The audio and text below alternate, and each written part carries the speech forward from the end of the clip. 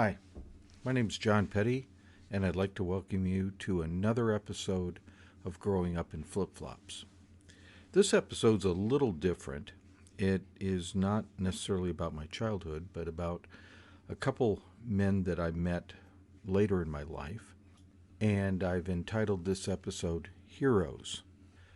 When I was in my early 20s, there was a day at work that was somewhat slow, and sat down beside someone that I tangentially ran into at work. He was seated beside me reading the day's newspaper.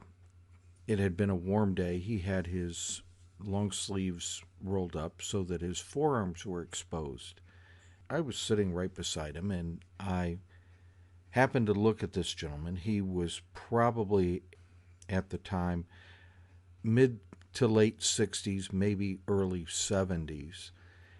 I happened to glance down at his forearms, and he was an older gentleman. His skin had developed that crepey quality.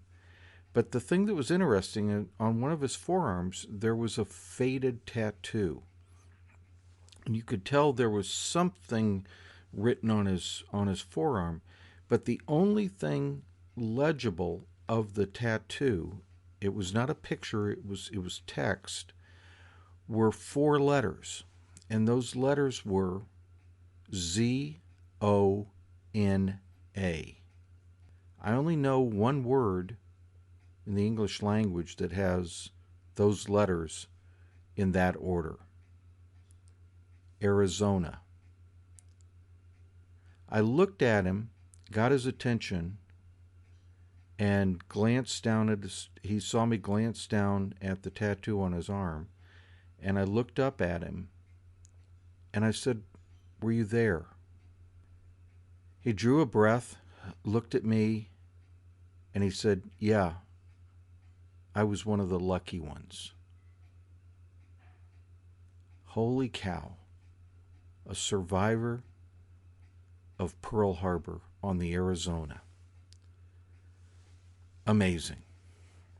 My second story is that I was shopping at a local office supply store, and I was in line to check out with my stuff. There was an elderly gentleman in front of me that was probably late 80s, early 90s, and the person checking us out was what I will charitably describe as a punk 16, 17-year-old, which will come up later in the story. The elderly gentleman was finishing up his purchase, and he had a small coin purse, and the cashier was giving back his change to the elderly gentleman and putting his money into a little coin purse. And I happened to notice that the elderly gentleman was wearing a baseball cap with the logo on the baseball cap of the 101st Airborne Division, the Screaming Eagles. And I saw that, and I waited for the gentleman to finish his transaction, and I said, "Pardon me, sir, excuse me, sir." And he looked at me and said, "Yes." With a smile on my face, I said to him, "Excuse me, are you a battered bastard?" And he paused. He looked down at the ground, and then he brought his gaze back up to me, and he said, "Yeah, I was there." I then said to him, "Sir, may I shake your hand? I want to be able to tell my grandchildren that I shook the hand of a true hero." And he was somewhat taken aback at that, said, "Yes." And he extended his hand to me, and I shook his hand, and I said, "This is a great honor. Thank you." The gentleman then finished his transaction, walked away, and he walked away. The clerk looks up at me, and he says, "Did you just call that guy a bastard?" And I said, "No, I didn't." He goes, "Yes, you did. I heard you call him a bastard. I replied to the clerk, I didn't call him a bastard, and you just missed an opportunity to probably meet one of the greatest and most heroic individuals you will ever meet in your entire life.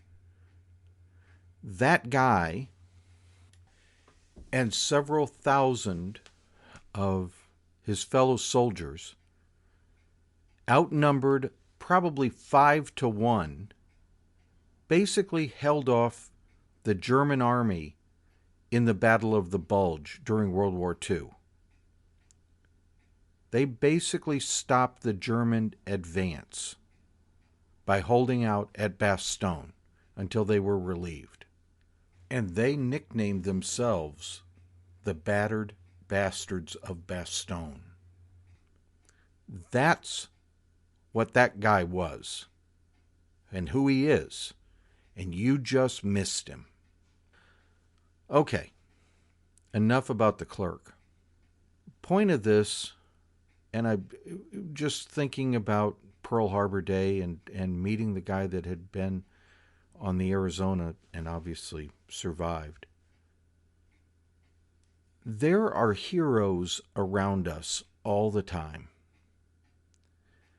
Perchance meeting, just sitting down next to a guy reading a newspaper, noticing a guy in a checkout line at an office supply store. We have incredible opportunities around us to meet the most amazing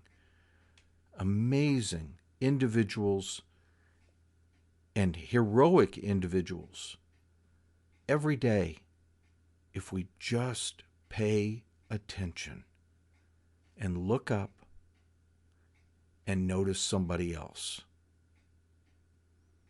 I feel very, very blessed that I have been able to meet those two men and shake their hand, and I'm going to be able to tell my grandchildren I shook the hand of two great American heroes and tell them the stories of what those men experienced and what they did for me and all of us. Thank you for listening.